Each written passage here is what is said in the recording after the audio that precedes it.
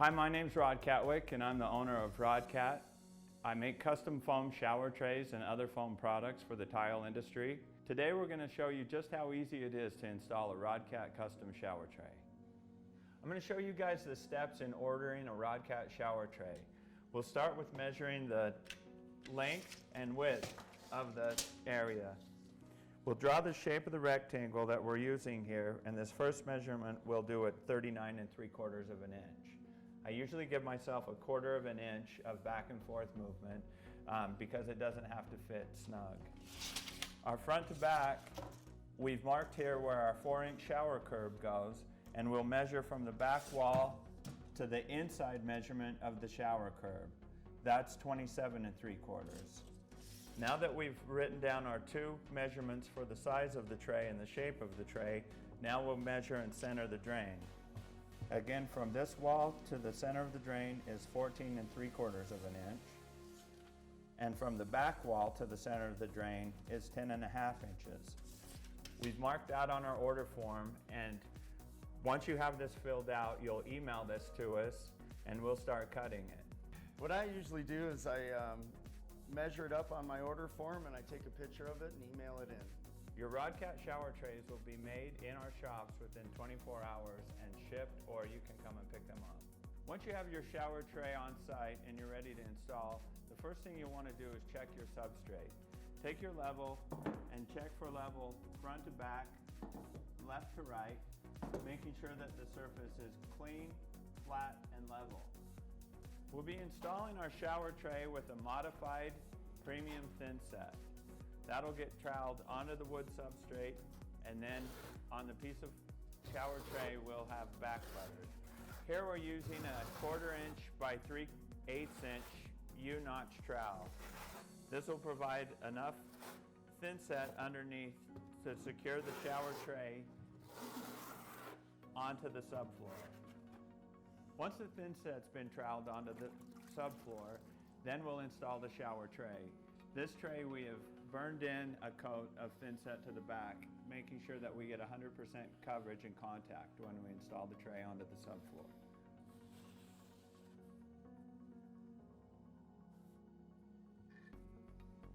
It's always a good idea to double check and make sure that your perimeters are level and you have proper slope going to the drain. To assure 100% contact with the subfloor, you can either stand on the foam and press it down, or with tools such as trowels, you can beat the tray down onto the subfloor. Next, we'll install the shower curb. Our shower curbs are sloped to give you a pitch to go back into the shower for drainage. We're marked and the arrows indicate the way it's sloped. You want those arrows going into the shower. Now that the tray and curb are installed, next we'll be installing the drain and waterproofing. Typically in our area, the plumbers have already installed the 3-piece drain. Those don't work for our foam shower floors because we're using a topical waterproofing, and in order to use a topical waterproofing and have the correct connection between the waterproof membrane and the shower tray, you need a bond flange, which isn't typical with a 3-piece drain. So the first thing we have to do is get rid of this 3-piece drain and use our adapter ring that comes with the FlowFX, or most other manufacturers provide adapter rings. So now we can adapt the bond flange onto the existing 3-piece drain. What we're going to do now is show how to install the bond flange connecting ring. Each manufacturer in their drain kits will also provide installation instructions on how to do this. This is how it is for the FlowFX. We're using a sealant.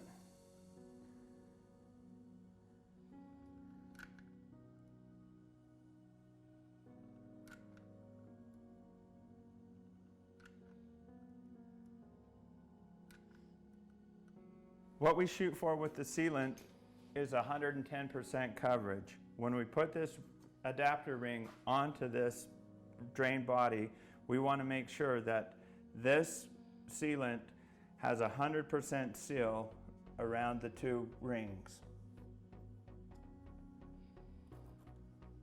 You'll want to tighten this like how you do lug nuts when changing a tire. You get all 4 bolts snug, and you'll see here by the way that the caulkings come out that we have 100% coverage going around that ring. Now we've got our thin set down to take our bond flange. We've also put some thin set on the back of the bond flange. And the good thing with these Flow FX bond flanges is there are these mechanical anchors, so once the thin set's dried, you'll also have a mechanical bond. We'll take the ABS glue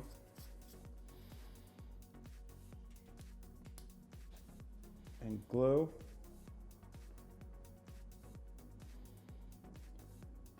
around the pipe, and then also glue around the outside of our bond flange.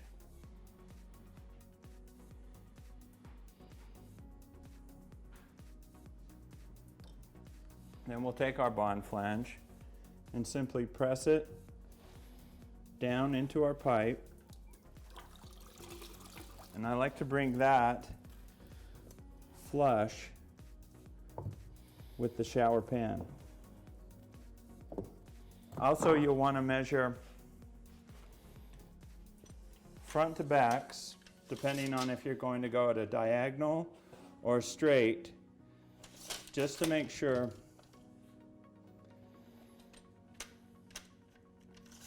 that you're running parallel with your walls.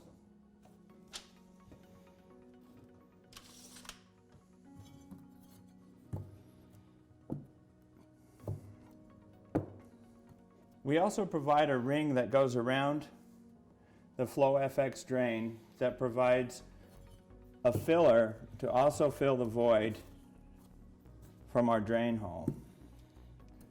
Okay, let's try that.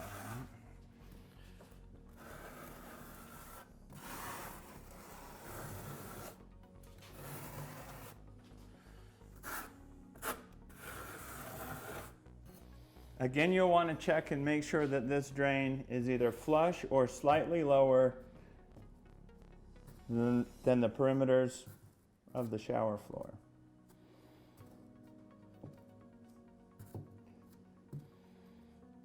Okay.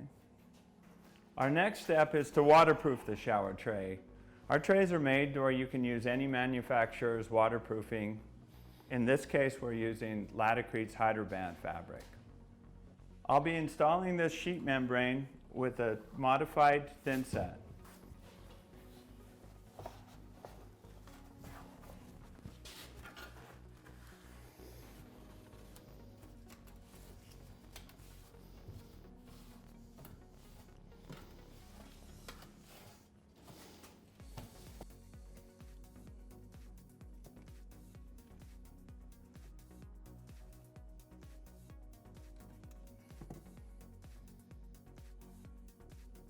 We also make custom benches, so just fill out on the order form the size of bench that you need, and we'll cut that bench to fit.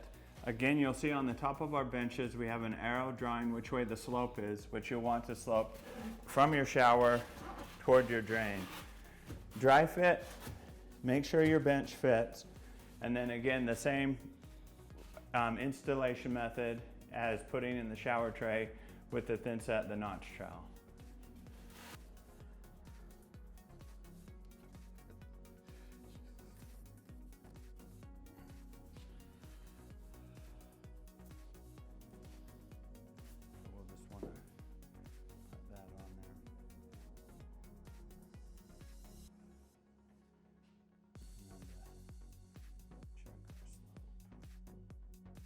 We can cut any custom shape that you want for shower benches. Thanks for watching this video. If you have any further questions, please contact us.